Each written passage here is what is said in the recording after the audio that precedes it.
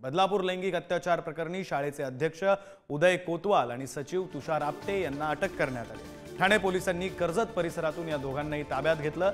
या दोघांनाही आज कल्याण कोर्टात हजर करण्यात येणार आहे। उच्च न्यायालयाने पोलिसांना खडसावल्यानंतर अवघ्या 24 तासात दोघांनाही बेड्या ठोकण्यात आल्या।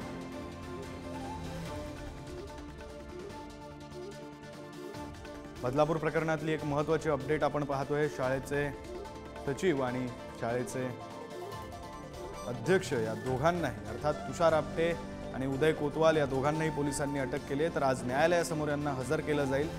न्यायालय या प्रकरणात नेमकं काय मत नोंदवतं ते पाहणं सुद्धा महत्त्वाचं असणार आहे। अर्थातच न्यायालयाने ज्यावेळी पोलिसांना फटकारलं त्यानंतर या दोघांना अटक करण्यात आली।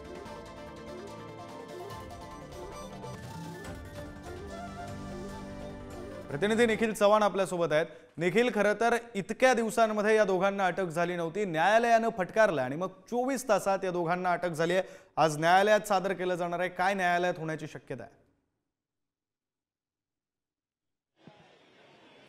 नक्कीच विक्रांत, पाहायचं झालं तर या संपूर्ण प्रकरणात या आधी जे कोर्टाने देखील ताशेरे ओढलेले होते, उच्च न्यायालयाकडून ते ताशेरे ओढण्यात आलेलं होतं। गेल्या 1 ते 1.5 महिना झालेला होता, परंतु या आरोपींना आहे ते अटक करण्यात आलेली नव्हती। परंतु काल आहे ती अटक करण्यात आलेली आहे आणि त्यानंतर आज कल्याण कोर्टामध्ये त्यांना घेऊन येणार आहेत। त्यांच्या अंतर्गत पोस्को कायद्याअंतर्गत 21 जो सेक्शन आहे ते दाखल करण्यात आलेले आहेत। या संपूर्ण प्रकरणात पाहायचं झालं तर हे दोन्ही ट्रस्टी आहेत, त्यांच्यावरती आधी आहेत तो गुन्हा दाखल केला गेला नव्हता, परंतु उच्च न्यायालयाने ज्या संदर्भात या संपूर्ण कोर्टामध्ये जी टिप्पणी केलेली आहे आणि त्यानंतर हा जो गुन्हा आहे तो दाखल करण्यात आलेला आहे। त्यानंतर कालच त्यांना कर्जत अटक करण्यात आलेली आहे। गुन्हे शाखेकडून त्यांना अटक केल्याच्या नंतर त्यांना आता एसआयटीच्या स्वाधीन केलेलं आहे। एसआयटीची टीम त्यांना या ठिकाणी घेऊन येईल, परंतु आज नक्की कोर्टामध्ये काय होतं हे देखील पाहणं महत्त्वाचं ठरेल, कारण गेल्या 1 ते 1.5 महिन्यापासून फरार असलेले आरोपी काल त्यांना पोलीस अटक करतात आणि आज कोर्टात घेऊन येताना कोर्टाचं नक्की निदर्शन याच्यावरती काय असणार आहे हे देखील आता पाहावं लागणार आहे।